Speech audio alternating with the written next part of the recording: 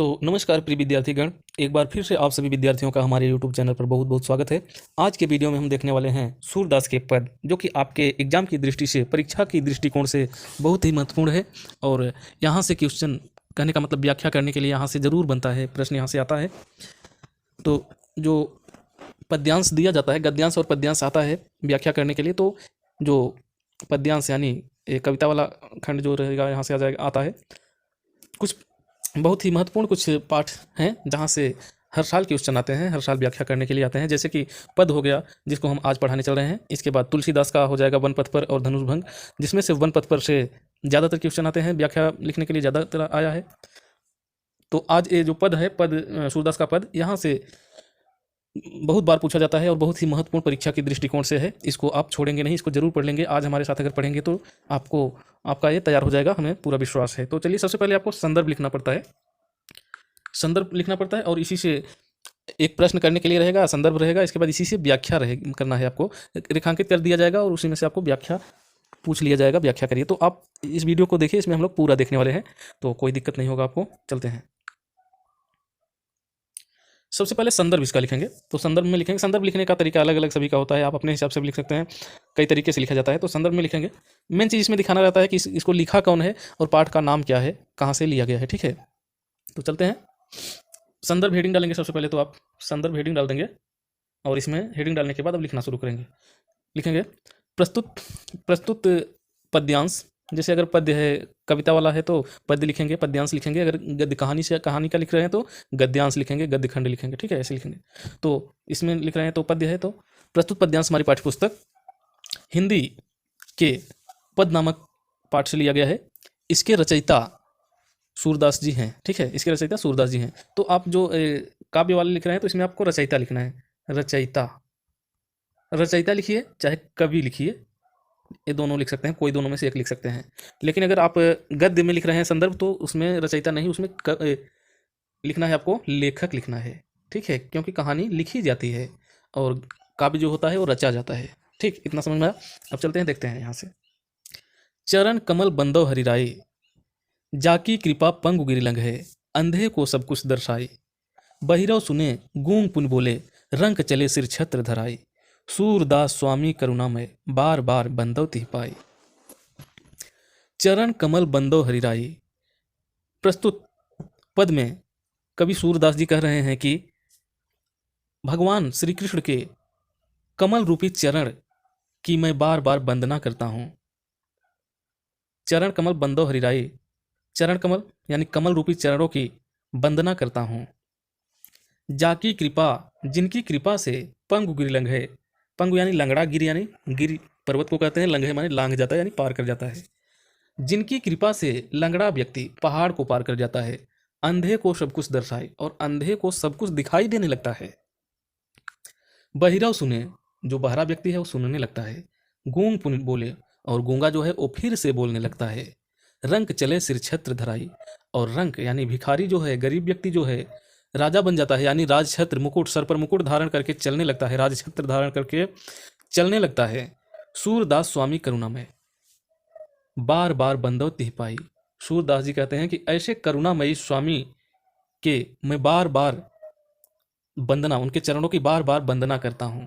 ठीक है, तो इसी तरह से आपको लिखना है। देखिए यहाँ पर चरण कमल में अलंकार आ गया है, चरण कमल, तो कमल रूपी चरण, रूपक अलंकार यहाँ पर हो गया है आपका। ठीक है, इसके बाद यही है, यहाँ बार बार, जहाँ पर एक शब्द की आवृत्ति, मतलब एक शब्द दो बार आ जाता है जहाँ पर, और अर्थ दोनों का एक ही रहता है, तो वहाँ पर हो जाता है क्या, वहाँ पर पुनरुक्ति प्रकाश अलंकार हो जाता है। ठीक है, तो बस इसमें इतना ही लिखना है आपको, इसको याद करना है इसी तरह से। दूसरा देखते हैं, दूसरा पद देखते हैं इनका। अभिगत गति कछु कहत न आवे, जो गूंगे मीठे फल को रस अंतर्गत ही भावे, परम स्वाद सबही सुनिरंतर, अमित तोष उपजावे, मन बानी को अगम अगोचर, सो जाने जो पावे, रूप रेख गुण जाति जुगति बिनु, निरालंब कित धावे, सब विधि अगम विचारहि तातय, शूर शगुन पद गावे। तो देखिए यहाँ पर अभिगत शब्द जो आया है, अभिगत का मतलब होता है जिसका पता ही नहीं है, जिसका कुछ अता पता ही नहीं है, यानी निराकार ब्रह्म, निर्गुण ब्रह्म, निर्गुण निर्गुण ब्रह्म के बारे में बात की जा रही है कि इसमें प्रस्तुत पद में कवि सूरदास जी कह रहे हैं कि अभिगत गति कछु कहत न आवे। निराकार ब्रह्म की गति यानी निराकार ब्रह्म की स्थिति के बारे में कुछ कहा नहीं जा सकता। निर्गुण ब्रह्म की के स्थिति के बारे में कुछ कहा नहीं जा सकता, कुछ नहीं कह सकते। ठीक है। ज्यों गूंगे, जिस प्रकार से गूंगा मीठे फल के रस को अंतर्गत ही भावे, अंदर ही अंदर अनुभव करता है। कोई गूंगा व्यक्ति है, अगर उसको आप मीठे फल खिला देंगे तो वो गूंगा व्यक्ति बता नहीं पाएगा, अंदर ही अंदर उस मिठास का अनुभव कर पाएगा। परम स्वाद सबहि सुनिरंतर, अमित तोष उपजावे। इसी प्रकार से इनके मतलब निर्गुण ब्रह्म के परम संतोष से इससे परम स्वाद इसका जब मिलता है तो मन में अमित तोष, अनंत संतोष मिलता है। और जो संतोष मिलता है ये किसी और को नहीं बताया जा सकता है, इसको वही जानता है जो पाता है इसको। अगली लाइन देखते हैं। मन वाणी को अगम अगोचर, यह निराकार ब्रह्म मन और वाणी से यहाँ तक नहीं पहुँचा जा सकता है। मन और वाणी से इसको नहीं पाया जा सकता है, यहाँ नहीं पहुँचा जा सकता है। ये अगम्य है और अगोचर है। ठीक है। अगम्य और अगोचर है। अगम्य जहाँ पर कठिनाई से, जहाँ पर पहुँचना मुश्किल हो। ठीक है। सो जाने जो पावे, सो जाने वही जानता है इसको जो पावे, जो इसको पाता है वही जान पाता है इसके बारे में कि ये क्या है। ठीक है। मन वाणी को अगम अगोचर, ये मतलब मन और वाणी से यहाँ तक नहीं पहुँचा जा सकता है। अगम है, अगम्य है। और अगोचर का मतलब होता है इंद्रियों से परे, इंद्रियों से परे है। अगम्य और इंद्रियों से परे है। क्या इंद्रियों से परे है और अगम्य है? निराकार ब्रह्म। सो जाने जो पावे, इसको तो वही जान पाता है जो इसको पाता है, दूसरा कोई इसके बारे में जान ही नहीं पाता है। रूप रेख गुण जाति जुगति बिनु, निरालंब की धावे। इसका न तो कोई रूप है, न तो रेखा है, न तो गुण है, न तो कोई जाति है, न तो कोई युक्ति है इसको पाने की, न तो कोई युक्ति, कोई उपाय भी नहीं है। निरालंब कित धावे, मतलब बिना आलंब का। निरालंब मतलब बिना आलंब का, बिना सहारा का। कित धावे, कहाँ दौड़े हैं। इसको पाने का कोई उपाय भी नहीं है, कोई युक्ति नहीं है, न तो इसका जाति है, न तो गुण है, न तो रूप है, तो बिना सहारा का कहाँ तक दौड़ेंगे, कैसे पाया जा सकता है। सब विधि अगम विचार ताते, सूर सगुन पद गावे। सब विधियों से, सभी प्रकार से विचार करके सूरदास जी क्या विचार करके कि अगम है, अगम्य है। सब प्रकार से सूरदास विचार करके सूर सगुन पद गावे, क्या करने लगते हैं? श्री कृष्ण यानी सगुण के पद गाने लगते हैं, सगुण के पद गाने लगते हैं। सगुण यानी कृष्ण के पद गाने लगते हैं। तो भक्ति काल को दो भाग में बांटा गया है, सगुण और निर्गुण। तो भक्ति काल को दो भागों में नहीं, जैसे एक तो हाँ सगुण है, एक निर्गुण है, भक्ति काल दो है। इसके बाद जिसमें से एक रामाश्रय का विधारा है, कृष्णाश्रय का विधारा है, लेकिन दोनों का विधाराएं सगुण ही हैं। ठीक है, रामाश्रय और कृष्णाश्रय। तो सब विधियों से विचार करके, सब प्रकार से विचार करके सूरदास सगुण भक्ति के पद गाने लगते हैं, गायन करने लगते हैं। अगला देखते हैं पद। किलकत कान घुटुरों नियावत। प्रस्तुत पद में सूरदास जी कह रहे हैं कि किलकत कान घुटुरों नियावत, श्री कृष्ण भगवान के बाल लीला का वर्णन करते हुए कवि सूरदास जी कहते हैं कि श्री कृष्ण भगवान किलकारी मारते हुए, किलकत यानी किलकारी मारते हुए, कान यानी कन्हैया, घुटुरों नियावत घुटनों के बल पर आ रहे हैं। किलकारी मारते हुए घुटनों के बल आ रहे हैं। मणिमय कनक नंद के आंगन, मणिमय यानी मणिमय, जिसमें मणि लगा हो, यानी मणियों से युक्त है। क्या मणियों से युक्त है? आंगन। मणिमय कनक, कनक माने सोना, मणियों से युक्त कनक स्वर्ण के आंगन में, स्वर्ण के नंद बाबा के आंगन में बिंब पकड़िबे धावत, अपनी परछाई को पकड़ने के लिए दौड़ रहे हैं, अपनी परछाई को पकड़ना चाह रहे हैं।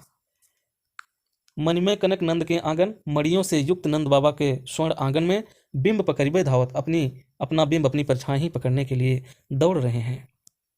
कबहु निरखि हरि आप उछाह को, कभी अपनी छाया को देखते हैं। करि सो पकड़न चाहत, और अपने हाथ से उस परछाई को पकड़ना चाहते हैं। किला की हंसत राजत द्वेदतिया, जब किलकारी मार कर हंसते हैं तो दो दांत जो हैं इनके बहुत ही सुशोभित होते हैं। पुनि पुनि तिह अवगाहत, और बार बार इसी को वो दिखा रहे हैं। अवगाहत माने दिखाना, पुनि पुनि माने बार बार, ठीक है, बार बार इसी को दिखा रहे हैं। क्या दिखा रहे हैं? जब किलकारी मारकर हंस रहे हैं तो दो दांत दिख रहे हैं उनके। कनक भूमि पर कर पग छाया, यह उपमा इकराजत। कनक भूमि पर, सोने की भूमि पर, सोने की पृथ्वी पर, कर पग छाया, कर यानी हाथ की, पग यानी पैर की छाया, स्वर्ण के भूमि पर हाथों और पैरों की छाया जब पड़ती है तो यह उपमा इकराजत, यह उपमा बहुत ही अच्छी लगती है, बहुत ही सुशोभित होती है। कर कर प्रतिपद प्रतिमन वसुधा, कमल बैठ की साजती।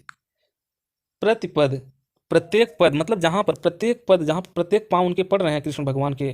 प्रतिमनि वसुधा, प्रत्येक मणि, प्रत्येक पद जहां पर पड़ रहे हैं तो ऐसा लग रहा है कि प्रत्येक मणि में वसुधा पृथ्वी, कमल बैठकी साजत, कमल की बैठकी सजा दी हो। कौन? पृथ्वी ने।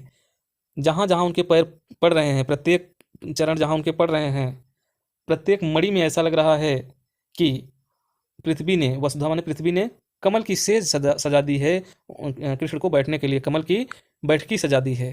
ठीक है। बाल दशा सुख निरख जसोदा, ये जो बाल दशा है इनकी, जो छोटे हैं श्री कृष्ण भगवान, ये जो दशा इनकी है, इस सुख को देख करके यशोदा माँ पुनि पुनि नंद बुलावत, बार बार नंद बाबा को बुलाते हैं। आचरा तरलय ढांकी, आचर से ढक करके सूर के प्रभु को दूध पियावत। सूरदास जी कहते हैं कि आंचल से ढक करके माता यशोदा श्री कृष्ण को दूध पिलाने लगती हैं।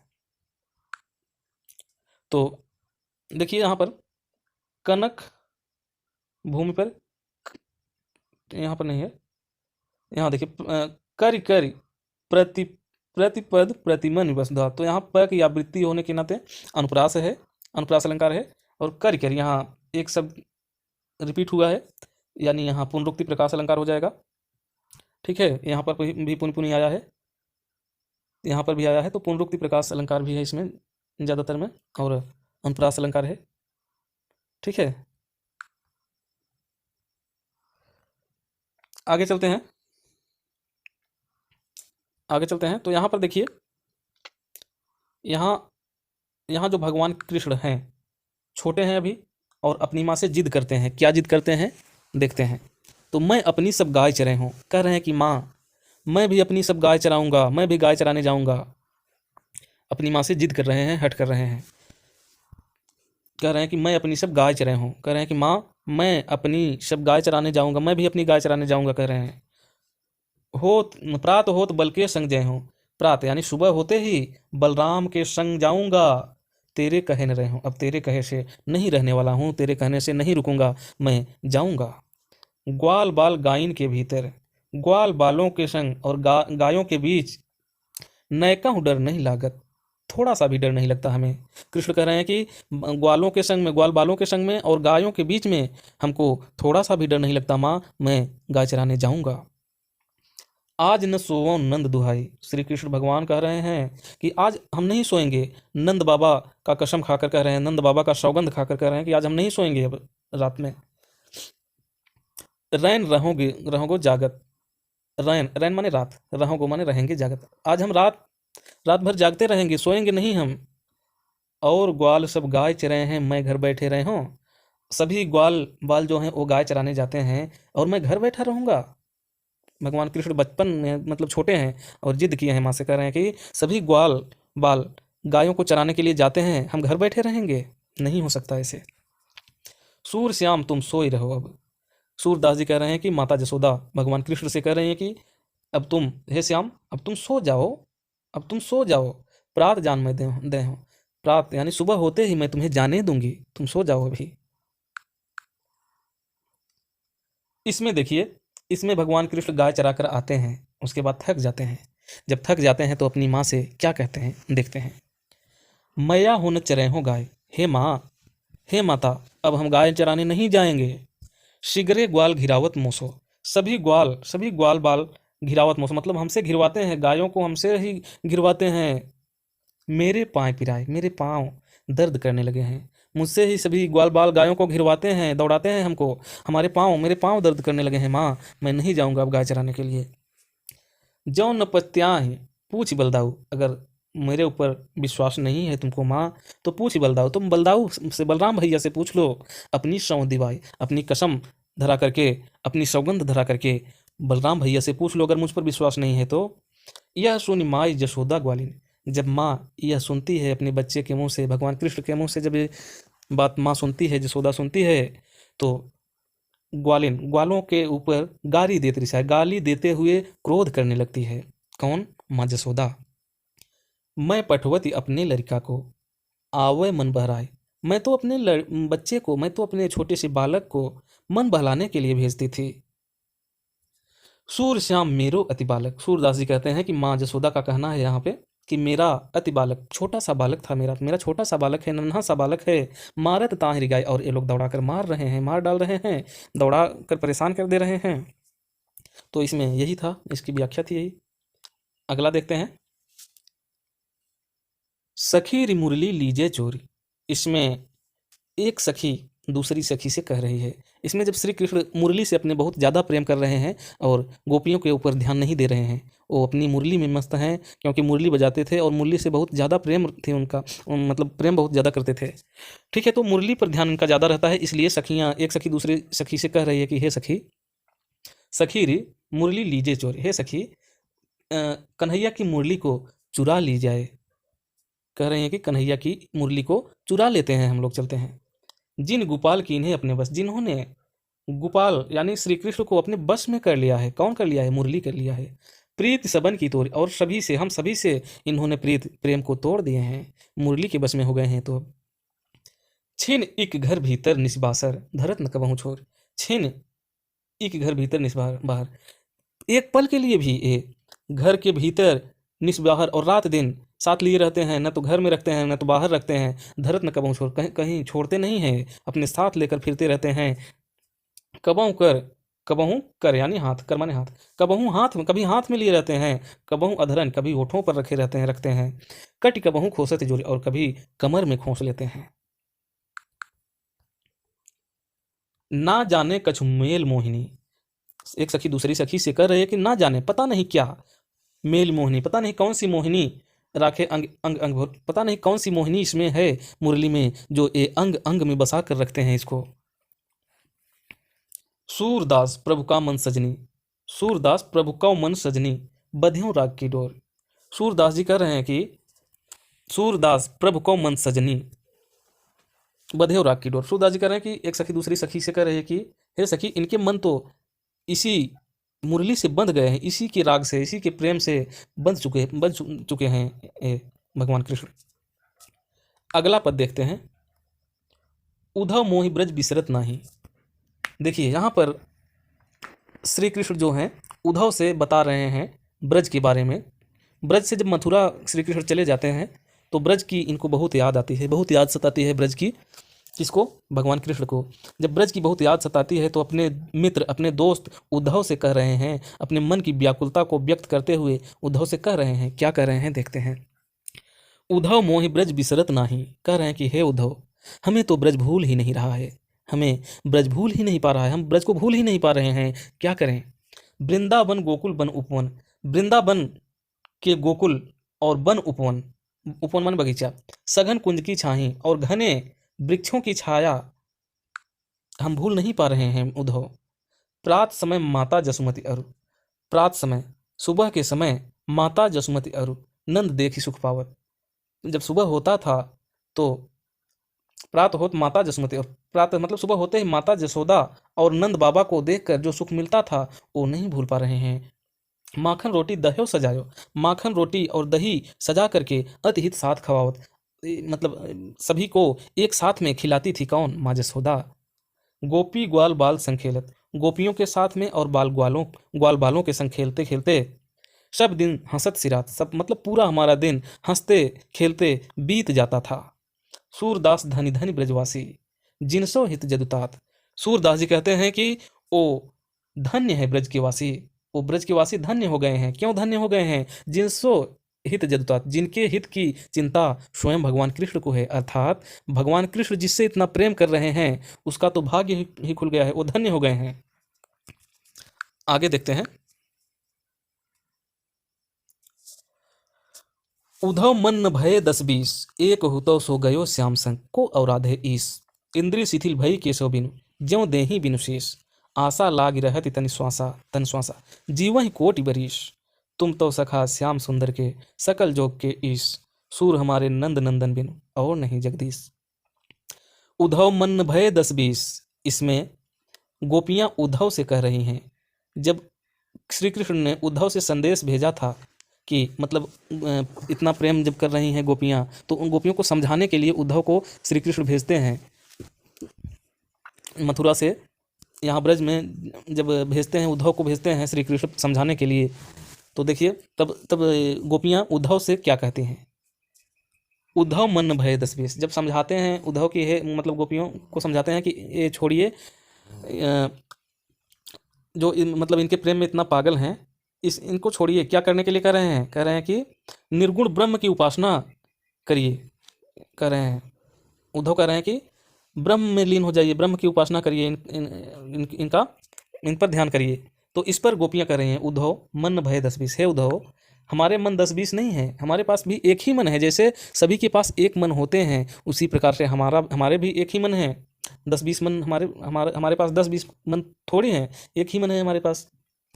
एक हो तो सो गयो श्याम संग, एक ही था हमारे पास, एक ही मन हमारे भी पास था, जो श्याम के संग चला गया, कृष्ण के साथ चला गया। जब वो जा रहे थे, जब वो मथुरा जा रहे थे, तभी हमारा मन भी उनके साथ चला गया, और एक ही मन हमारे भी पास था जो उनके साथ चला गया। को आराधे ईस, अब जो आप बता रहे हैं उसकी आराधना कौन करे, उसका ध्यान कौन करे, क्योंकि हमारे पास तो हमारा मन है ही नहीं, कृष्ण के साथ चला गया है। तो कौन उपासना करे, निर्गुण ब्रह्म की उपासना कौन करे।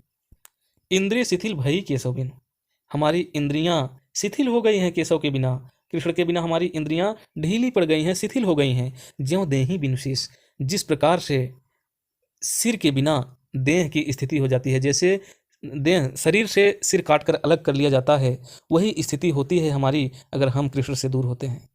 गोपियां ये उद्धव से समझा रही हैं। आशा लाग रहत तन श्वासा, जीवन कोटि बरिस, गोपियां कह रही हैं कि ये आशा हमको लगी रहती है कि एक न एक दिन कृष्ण आएंगे और दर्शन देंगे, और इसी आशा में हम गोपियां करोड़ों वर्ष जीवित रह सकती हूँ, इसी आशा में कि एक न एक दिन कृष्ण अवश्य आएंगे। तुम तो सखा श्याम सुंदर के, हे उद्धव तुम तो कृष्ण के परम मित्र हो, सखा हो उनके, सकल जोग के ईश, और तुम योग के ज्ञाता हो। ठीक है, सकल जोग के ईश, और ईश माने स्वामी, मतलब योग विद्या के ज्ञाता हो तुम तो। सूर हमारे नंद नंदन बिन, हे मतलब यहाँ कह रहे हैं, सूरदास जी कह रहे हैं कि हे उद्धव हमारे नंद के नंद, यानी नंद नंदन, यानी नंद के नंदन, नंदन माने पुत्र होता है, नंद बाबा के नंदन, यानी नंद के नंदन कौन? श्री कृष्ण। गोपियां कह रही हैं कि हमारा तो कोई श्री कृष्ण के बिना और नहीं जगदीश, और कोई है ही नहीं। ठीक है, कृष्ण के अलावा मेरा स्वामी और कोई है ही नहीं। आगे देखते हैं। उद्धव जाहु तुम हम, उद्धव जाहु तुम ही हम जाने, इसमें भी गोपियां उद्धव से कह रही हैं कि जब उद्धव समझाने के लिए आए थे तो गोपियां उनको उल्टे समझाने लगी, उल्टे डांटने लगी, और उद्धव पागलों की तरह बातों को सुनते रह जाते हैं और उनकी बुद्धि काम नहीं करती वहां पे। तो देखिए क्या होता है। उद्धव जाओ तुम ही हम जाने, गोपियां कह रही हैं उद्धव से कि हे उद्धव जाओ, हम तुमको जान गए। श्याम तुम ही यहाँ, श्याम तुम ही यहाँ कौन न पठायो, तुम हो बीच भुलाने। कह रही हैं कि हे उद्धव, श्याम यानी कृष्ण ने तुमको यहाँ नहीं भेजा है, तुम तो कहीं रास्ता भटक गए हो, भटक कर यहाँ चले आए हो, बीच में रास्ता ही कहीं भूल कर चले आए हो, तुमको यहाँ नहीं भेजे हैं, तुम यहाँ भटक कर चले आए हो। गोपियाँ कह रही हैं। ब्रज नारिन सौ जोग कहत हो, बात कहत न ल जाने, ब्रज की नारियों को जोग योग करने के लिए कह रहे हो, बात कहत न ल जाने, ये बात कहते हुए तुमको लज्जा नहीं आती, शर्म नहीं आती। बड़े लोग न विवेक तुम्हारे, ऐसे भय अयाने। कह रही हैं गोपियां कि तुम तो बड़े लोग हो, बड़े लोग न विवेक तुम्हारे, तुम बड़े लोग हो और तुम्हारे पास बुद्धि भी नहीं है, बुद्धि नहीं है तुम्हारे पास, बड़े लोग हो भले से, ऐसे भय अयाने जो कि इस तरह से बातें कर रहे हो, ऐसे कह रहे हो करने के लिए तुम्हारे पास बुद्धि नहीं है, तुम भले से ही बड़े लोग हो। हम सो कहो, हम सो कहीं लई हम सही के, जिए गुनी लेहु सयाने। हम सो कहीं लई हम सही के, तुमने हमसे कहा और हमने इसको सह लिया। और हम सो कही लई हम सही के मतलब तुमने हमसे ये कहा, ये बात कही और हमने सह लिया।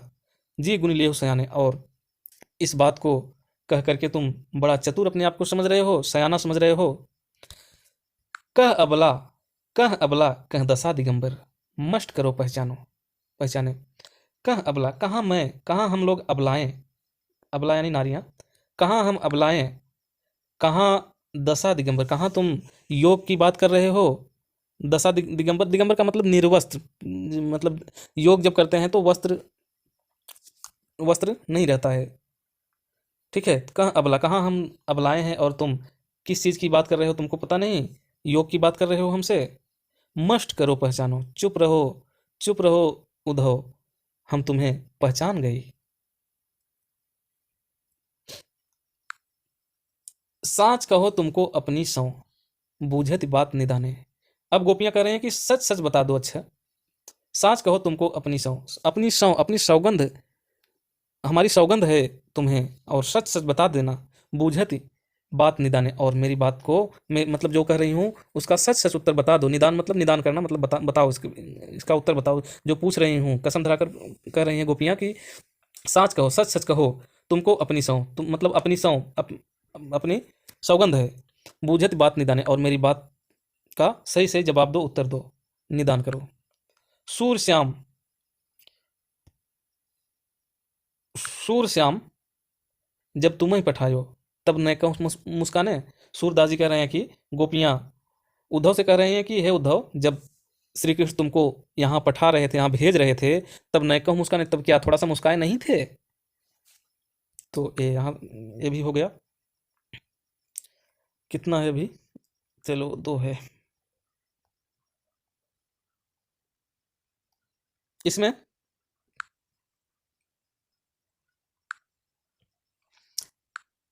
इसमें गोपियाँ कह रही हैं, इसमें गोपियाँ कह रही हैं उद्धव से, निर्गुण कौन देश को वासी। जब निर्गुण ब्रह्म की उपासना करने के लिए,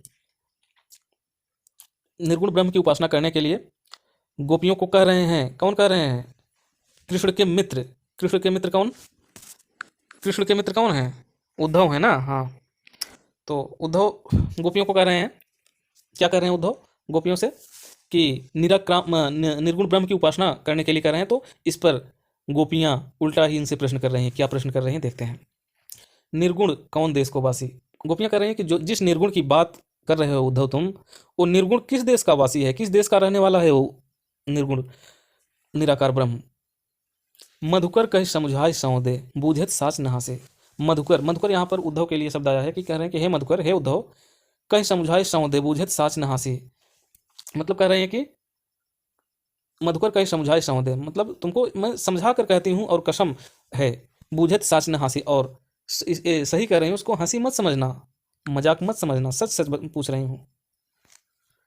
को है जनक, इसके पिता कौन है, कौन है जननी, और इसकी माता कौन है।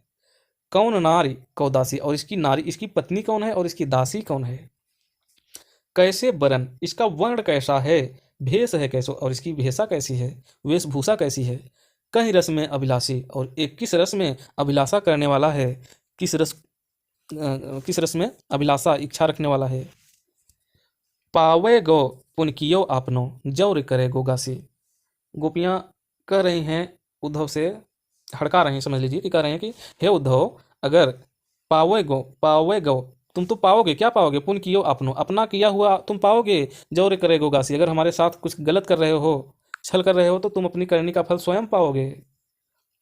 ठीक है, ये गोपियाँ कह रही हैं उद्धव से कि हे उद्धव, पावे गौ पुन कियो आपनो, जौर करे गोगासी, अगर मेरे साथ गलत तुम कर रहे हो तो तुम अपनी करनी का फल अवश्य पाओगे। सुनत मौन है रहे हो बावरो, इतनी बात को सुनते ही रहे हो बावरे बावरो, बावरो बावरो बावले की तरह, पागल की तरह, पागल जैसे व्यवहार, मतलब कुछ शांत हो गया, बोल नहीं रहा है। सूर सबे मति नासे, मति नासे मतलब मति ही भ्रष्ट हो गई, ऐसा लग रहा है कि इनकी मति ही मारी गई, मति ही भ्रष्ट हो गई है। जब इनकी बातों को, गोपियों की बातों को जब ये उद्धव सुना, इतना बुद्धिमान, इतना योग विद्या का ज्ञाता था, लेकिन जब इनकी बातों को सुना, इनकी बातों के आगे ये तो इनकी मति ही भ्रष्ट हो गई, मति ही काम नहीं कर रही है, एक बावले से हो गए। इस पद में अब संदेशो देवकी सो कहियो, इसमें इसमें संदेशा देवकी से संदेशा कहने के लिए कह रहे हैं, जो उद्धव आए हैं, उद्धव से संदेशा भेज रही हैं। कहाँ? देवकी को संदेशा भेज रही हैं। कौन? माँ जसोदा। जसोदा माँ कह रही हैं उद्धव से कि संदेशो देवकी सो कहियो। यशोदा कह रहे हैं कि ये मेरा संदेश देवकी से कह देना, देवकी को मेरा संदेश देवकी के पास से पहुंचा देना। क्या संदेश है, देखते हैं। हव तो धाय तिहारे सुत की। धाय किसको कहा जाता है? धाय माँ को कहा जाता है, लेकिन माँ जो पालन पोषण करती है उसको धाय माँ कहा जाता है। जो जन्म नहीं देती, सिर्फ पालन पोषण करती है। जैसे जन्म कोई किसी और का बच्चा है, पालन पोषण कोई और कर रहा है, जो पालन पोषण करने वाली माँ है उसको धाय माँ कहा जाता है।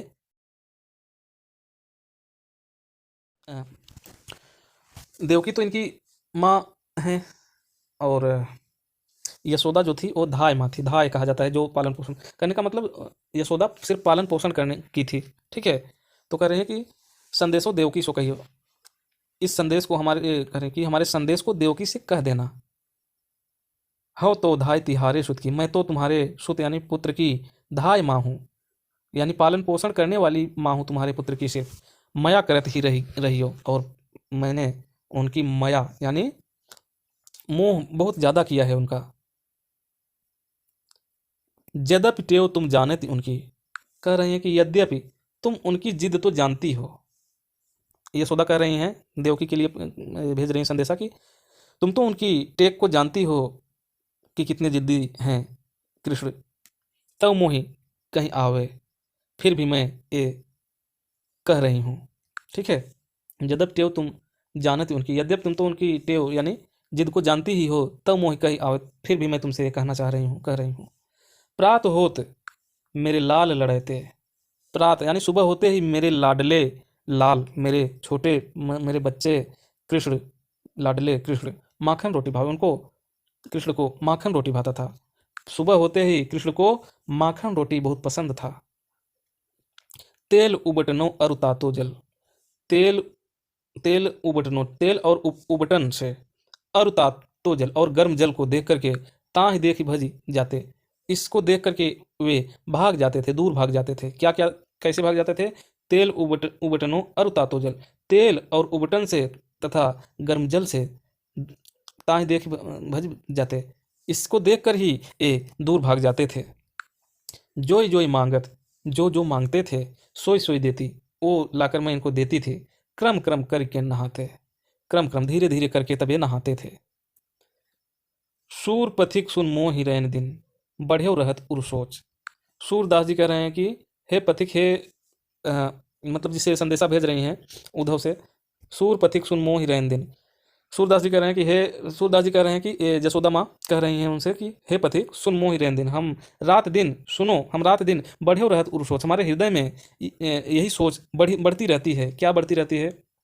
मेरो अलग लड़ते मोहन हुए हैं करत संकोच, मेरे लाडले मोहन, मेरे छोटे से मोहन, मेरे प्यारे मोहन हुए हैं करत संकोच। वहाँ तो संकोच करते होंगे, क्योंकि यहाँ सब दिन तो यहाँ रहे, वहाँ अब गए हैं, वहाँ गए हुए हैं, तो वहाँ संकोच करते होंगे, कुछ मांगते नहीं होंगे। इस चीज़ की चिंता किसको है? माँ जसोदा को है। तो इस वीडियो में बस इतना ही। अगर ये वीडियो आप लोगों को पसंद आया हो तो इस वीडियो को लाइक कर सकते हैं और चैनल को सब्सक्राइब कर सकते हैं। धन्यवाद।